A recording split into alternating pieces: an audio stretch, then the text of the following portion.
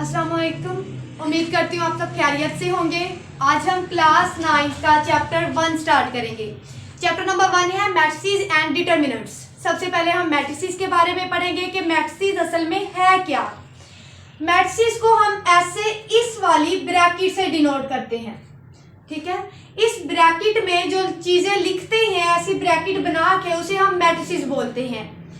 Matrices की define है हमारे पास a rectangular array और a formation of a collection। कोई भी होल नंबर ले लेते हैं, ये एक रेक्टेंगल फॉर्म है। इस रेक्टेंगल फॉर्म में हम जो नंबर्स लिखते हैं, होल नंबर्स लिखते हैं, उनके लिखने का जो तरीका होता है उसे हम मैट्रिसेस कहते हैं। मैट्रिसेस को हम लोग डिनोट करते हैं कैपिटल लेटर्स से, ठीक है। अल्फाबेट में जो कैपिटल लेटर लेते हैं उनसे हम मैट्रिसेस को डिनोट करते हैं। लेट्स सपोज हमने कोई एग्जांपल देखते हैं। हमने कहा एक मैट्रिक्स ए है। अब यहाँ पर जो हमने ए बनाना है, बी सी या जितने भी हमारे पास अल्फाबेट हैं उन्हें हमने कैपिटल लेटर में लिखना है, ठीक है। उसके बाद हमने ये एक मैट्रिसेस बनाई, इक्वल लगाया, इसमें हमने कोई भी नंबर लिख दिए, ठीक है। ये जो नंबर लिखने का तरीका है और ये वाली जो फॉर्म हम बनाते हैं इसे हम कहते हैं कि ये चीज मैट्रिक्स फॉर्म में लिखी हुई है, ठीक है, मैट्रिक्स। अब कोई और एग्जांपल दे सकते हैं, जरूरी नहीं कि उसमें सिर्फ 3 ही ये स्क्वायर फॉर्म में ही लिखा हुआ हो, 4 वैल्यूज भी हो, एक वैल्यू भी मैट्रिक्स में हो सकती है। सपोज बी में हम देखते हैं, हम सिर्फ एक वैल्यू लिख देते हैं तो ये भी हमारा मैट्रिक्स फॉर्म में लिखा हुआ है, ठीक है। मैट्रिक्स फॉर्म में जो चीजें लिखते हैं उन चीजों को 2 नाम दिए जाते हैं। एक तो रो होती है, दूसरा होती है कॉलम। अब देखते हैं रो और कॉलम क्या होता है। रो एंड कॉलम, ठीक है। ऐसी वैल्यू जिसको हम हॉरिजॉन्टली फॉर्म में लिखते हैं, यानी इस फॉर्म में जो वैल्यूज लिखी जाती हैं उसे हम रो कहते हैं, और जो इस तरह से लिखी जाती हैं वर्टिकली उन्हें हम कॉलम कहते हैं, ठीक है। अब इनकी एग्जांपल देखते हैं। हमने यहाँ पर मैट्रिक्स ए लिया हुआ था और मैट्रिक्स ए में हमने कुछ वैल्यूज ली थी। इनमें देखते हैं कि रो और कॉलम कौन से हैं। मैंने बोला जो चीजें हॉरिजॉन्टली लिखी जाती हैं वो रो होती हैं, जो वर्टिकली होती हैं उन्हें हम कॉलम कहते हैं। अब ये जो इस तरह से लिखी गई हैं, इस तरह से, ये एक रो है, ये एक रो है, इसे हम रो 1 का नाम दे देंगे, इसे हम रो 2 का नाम दे देंगे, ठीक है। और इस तरह से वैल्यूज जो लिखी जाती हैं उसे हम कॉलम कहते हैं। इसे हम कॉलम 1 का नाम दे देंगे, इसे हम कॉलम 2 का नाम दे देंगे, ठीक है। अब देख रहे हैं दोबारा से, जो वैल्यू हॉरिजॉन्टली है वो रो है और जो वर्टिकली लिखी गई है वो कॉलम है। और ये 2 चीजें बहुत इंपॉर्टेंट है हमारे मैट्रिसेस में, ठीक है। जब तक हमें इन चीजों के बारे में इल्म नहीं होगा, हमारा कोई भी मैट्रिसेस का जो क्वेश्चन है वो सोल्व नहीं होगा। क्योंकि एक्सरसाइज 1.1 का 9th की एक्सरसाइज जो 1.1 है उसका फर्स्ट जो क्वेश्चन है वो है ही यही। उन्हें बताना है कि रो कौन सी है, कॉलम कौन से हैं, किसी सवाल में कितनी रोज हैं, कितने कॉलम्स हैं, और उन्हें हम कहते हैं ऑर्डर ऑफ मैट्रिसेस। देखते हैं अब ऑर्डर ऑफ मैट्रिसेस को कैसे लिखते हैं। ऑर्डर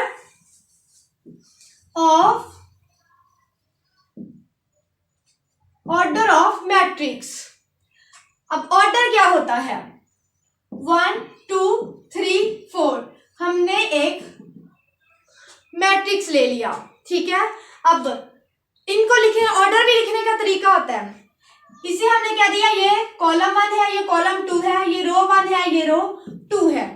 रो को हम R से डिनोट करेंगे, कॉलम को हम C से डिनोट करेंगे, ठीक है। और जब भी हम ऑर्डर लिखते हैं मैट्रिसेस का तो सबसे पहले हम लोग रो को लिखते हैं, उसके बाद हम लिखते हैं कॉलम को।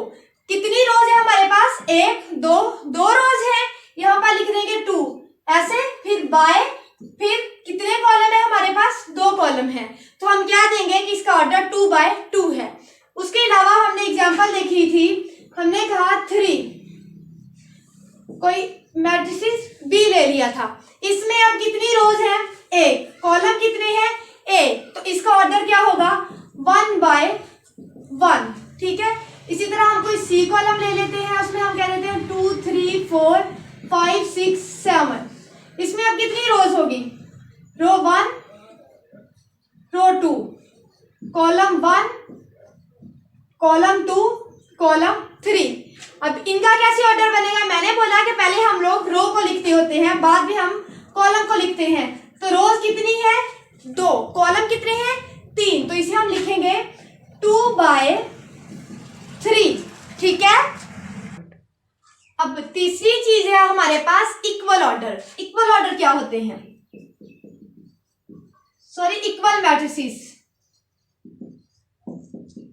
इक्वल मैट्रिसेस जिसमें ए मैट्रिक्स लेते हैं और मैट्रिक्स लेते हैं बी, उन दोनों के आंसर या दोनों साइज जो है अगर वो एक जैसी आ रही हैं, उनके एक जैसे आंसर आ रहे हैं, एक जैसी ही उनके रो और कॉलम बन रहे हैं, देन वो हमारा इक्वल मैट्रिक्स होगा। अगर ऐसा नहीं है तो फिर वो हमारा इक्वल मैट्रिक्स नहीं बनेगा। देखते हैं एग्जांपल से। हमने कहा कोई ऑर्डर या कोई मैट्रिक्स ए है, उसमें हमारे पास वैल्यूज हैं 1 3 -4 2। इसी तरह कोई ऑर्डर बी ले लिया, उसकी भी सेम वैल्यूज होगी, उसकी वैल्यू भी 1 3 -4 और 2 हो गई। जब दोनों मैट्रिसेस की वैल्यू सेम होगी, उनके रो कॉलम सारा कुछ सेम होगा, 2 ही रो है 2 कॉलम, इसमें भी 2 रो 2 कॉलम, दोनों की वैल्यूज भी सेम है, तब ये हमारा होगा इक्वल ऑर्डर और हम कहेंगे कि ए इक्वल है बी के। ठीक है।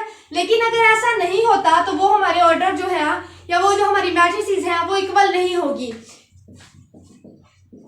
एक और एग्जांपल से देखते हैं हम इसे। हमने कोई भी वैल्यूज ली, हमने कह दिया 1 2 3 5 और 6, ये ऑर्डर हमारा हमने पी ले लिया। एक ऑर्डर क्यू ले लिया, उसमें हमने क्या दिया 1 5 6 7, या फिर यहाँ पर 2 लगा दे। अब देखें वैल्यू सारी चीजें तो सेम है, यहाँ पर 1 है, यहाँ पर भी 1 है, यहाँ पर 2 है, लेकिन यहाँ पर 5 है, यहाँ 5 है तो यहाँ 6 है, यहाँ 6 है तो यहाँ 2 है। सारी वैल्यूज आगे पीछे होगी। उसके बाद हमने इसके रो कॉलम देखे, 2 ही रोज है और 2 ही कॉलम है, इसमें 2 ही रोज है 2 ही कॉलम है। रोज और कॉलम तो सेम हो गया, इसमें ऑर्डर तो सेम हो गया, लेकिन इन दोनों की जो वैल्यूज हैं वो तो सेम नहीं है ना। जब वो दोनों वैल्यूज ही सेम नहीं है तो वो हमारा इक्वल ऑर्डर भी नहीं होगा। तो फिर हम लिखेंगे कि P जो है वो नॉट इक्वल है Q के। इसी तरह हमें कुछ और आ जाते होते हैं मैट्रिसेस जिन्हें हमने सोल्व करना होता है और इक्वल प्रूव करना होता है।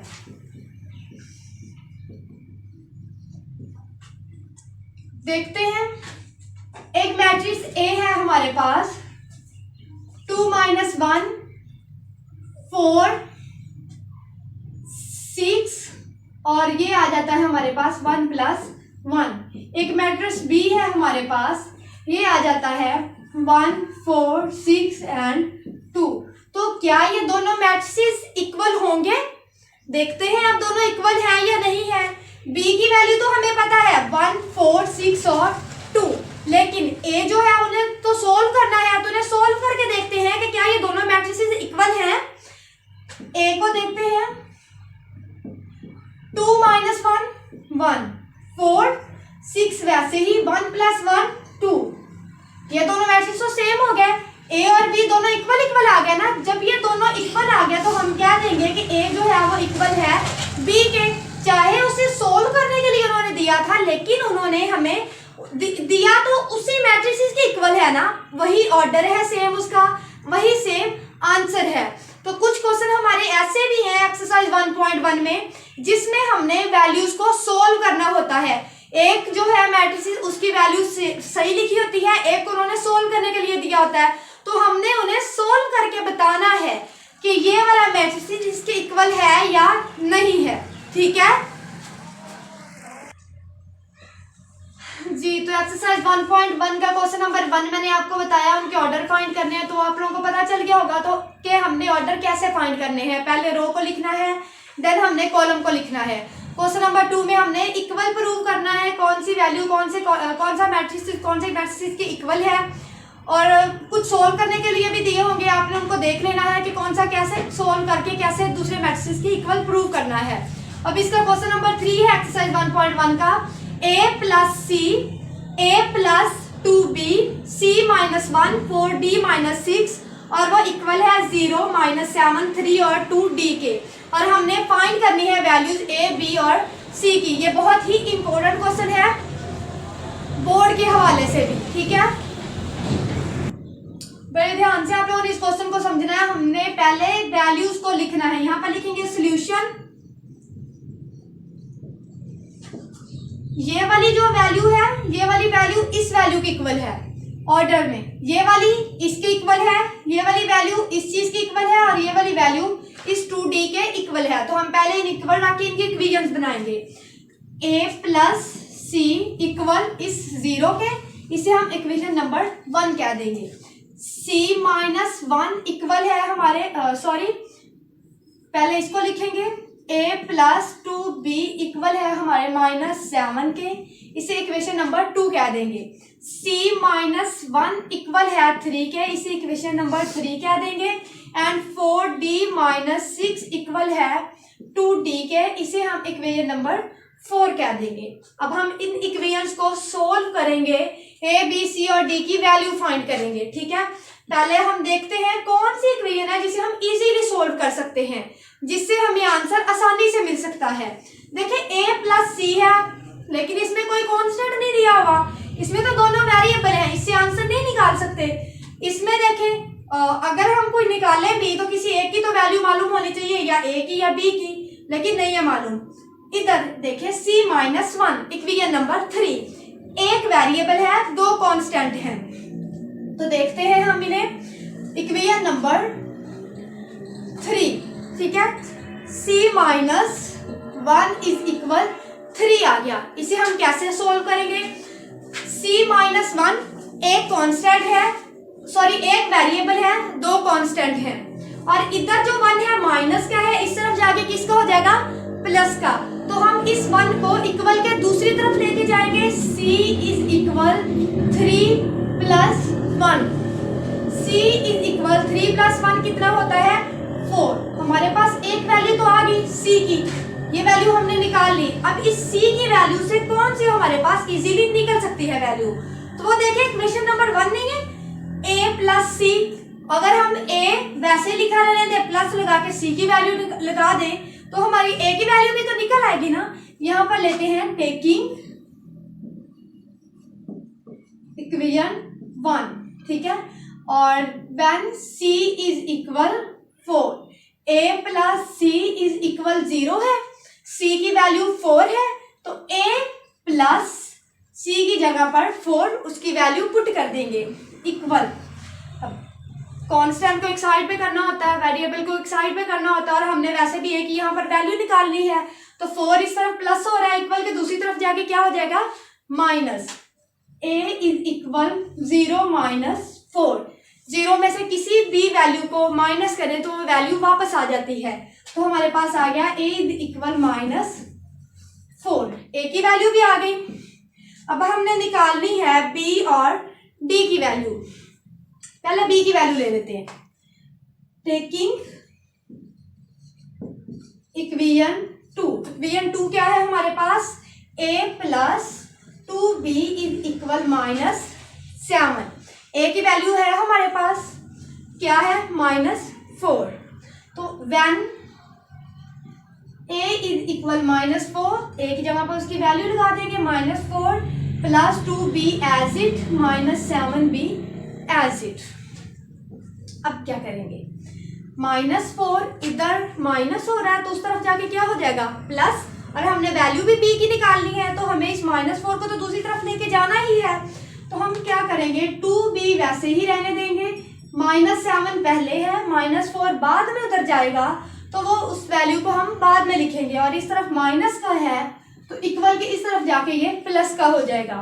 2B इज इक्वल 7 - 4 की है तो 3, ठीक है। प्लस माइनस माइनस है, तो 7 में से 4 माइनस करेंगे तो ये 3 बच जाएगा। अब इसके साथ हमें मसला है कि अलामत कौन सी लगाएं, प्लस लगाएं या माइनस। तो अलामत हमेशा हम वही लगाते हैं जो बड़ी रकम के साथ होती है, और बड़ी रकम यहाँ पर कौन सी है? वो है 7। तो अलामत भी इसके साथ फिर माइनस आएगी, क्योंकि 7 के साथ माइनस है। अब B हमें अकेला चाहिए, लेकिन यहाँ पर क्या है? B के साथ तो 2 लिखा हुआ है। जो वैल्यू इक्वल के इस तरफ मल्टीप्लाई हो रही होती है, वो अलजबरा के रूल के मुताबिक इक्वल के दूसरी तरफ जाके डिवाइड हो जाती है। तो b is equal -3 divided by 2, ये हमारी आ गई b की वैल्यू। अब हमने निकालनी है d की वैल्यू। Taking equation 4,